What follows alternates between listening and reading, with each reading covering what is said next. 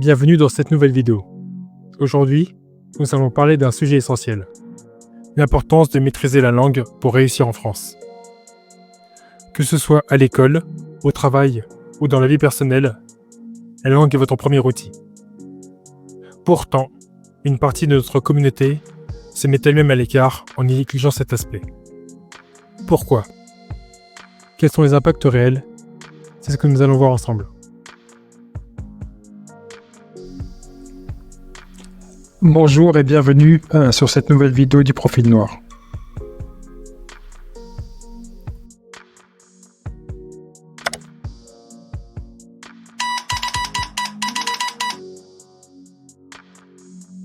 En France, la langue structure les opportunités. Elle est partout, dans les salles de classe, les entretiens d'embauche, les échanges entre voisins ou même à la boulangerie. Sans un bon niveau de langue, il est presque impossible de se faire comprendre ou de comprendre les autres. Et cela commencerait tôt. À l'école, les élèves ayant un vocabulaire limité peinent à suivre les cours. Selon une étude de l'OCDE, les enfants issus de milieux défavorisés connaissent en moyenne 500 mots en rentrant au CP, contre 1200 pour ceux de familles favorisées. Ce décalage initial devient un handicap majeur au fil du temps. Au travail, l'impact est encore plus frappant. Un rapport du ministère du Travail révèle que 80% des métiers en France exigent une communication claire, orale ou écrite. Imaginez un employé qui n'arrive pas à rédiger un email ou à présenter une idée en réunion. Il peinera à évoluer de son poste. Dans la vie personnelle, maîtriser la langue facilite les relations. Vous gagnez en confiance, en charisme, et les portes s'ouvrent plus facilement. La maîtrise de la langue, c'est comme un passeport. Mais alors, pourquoi certains membres de la communauté restent à l'écart ?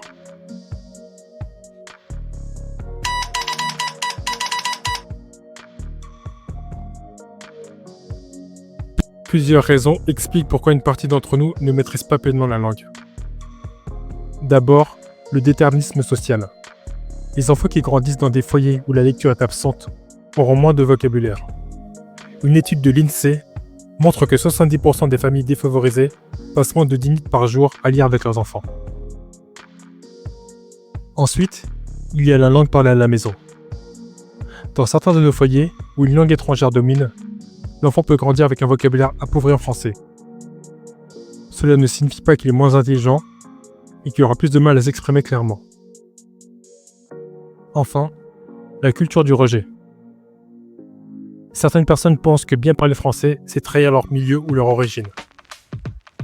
Cela crée une barrière psychologique qui limite leur progression. Par exemple, dans certains quartiers, il n'est pas rare d'entendre que l'éloquence est réservée aux riches. Cette croyance freine des talents qui pourraient briller. Mais alors, que disent les chiffres sur le lien entre vocabulaire et réussite ?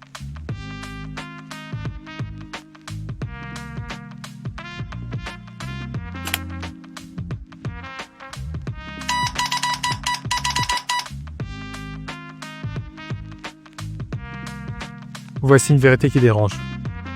Les mots que vous maîtrisez déterminent en grande partie vos opportunités dans la vie. Les personnes les plus aisées ont un vocabulaire actif de 10 à 12 000 mots. Celles des milieux modestes en connaissent moins de 6 000. Cette différence a des conséquences énormes. Prenons un exemple. Les concours et les entretiens d'embauche. Si vous ne comprenez pas les nuances dans les questions posées, vous répondrez à côté. Résultat, vous êtes éliminé non parce que vous n'êtes pas intelligent, mais parce que vous n'avez pas les mots pour vous exprimer. En France, l'importance du vocabulaire est accentuée par une culture où l'éloquence prime sur l'intelligence brute. Vous pouvez avoir une idée brillante, et si vous ne savez pas la défendre, elle passera inaperçue. Vous vous demandez peut-être comment je peux changer cela ?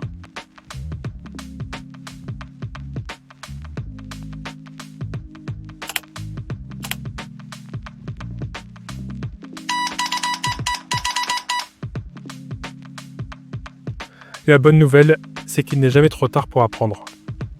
Voici 3 étapes simples pour améliorer votre maîtrise de la langue. Lire régulièrement. Choisissez des livres adaptés à votre niveau et consacrez 20 minutes par jour à la lecture.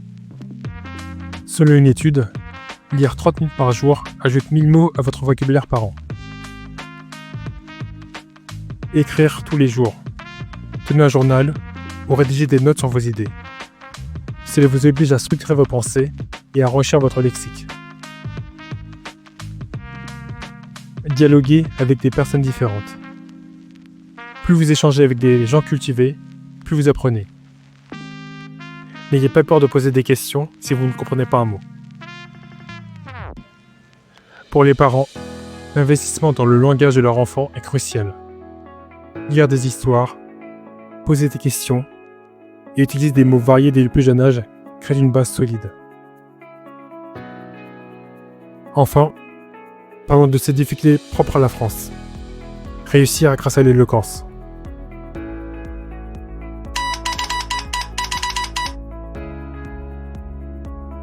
En France, la culture valorise les mots. Les débats télévisés, les jeux oratoires et même les films mettent en avant ceux qui savent bien parler. Mais cela crée une forme de discrimination cognitive.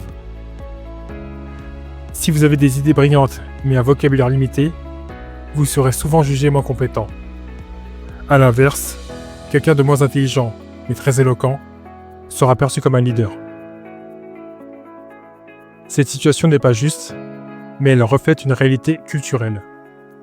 L'éloquence ouvre des portes dans les entreprises, la politique et même les relations sociales. Exemple concret. En politique, les grands leaders français comme De Gaulle ou Mitterrand ont marqué la population par leur éloquence. Peu importe leurs idées, leur façon de parler inspirait. Alors, que faut-il retenir de tout cela ? Maîtriser la langue française est plus qu'un atout. C'est une nécessité. C'est la clé pour s'épanouir à l'école, trouver un travail et construire des relations solides. Ne pas investir dans son vocabulaire, c'est accepter de limiter ses opportunités. Mais rappelez-vous, il n'y a jamais trop tard pour apprendre. Commencez aujourd'hui, un mot à la fois. Si vous avez aimé cette vidéo, partagez-la avec ceux qui pourraient en avoir besoin. Abonnez-vous pour d'autres contenus et merci de m'avoir écouté. À très bientôt.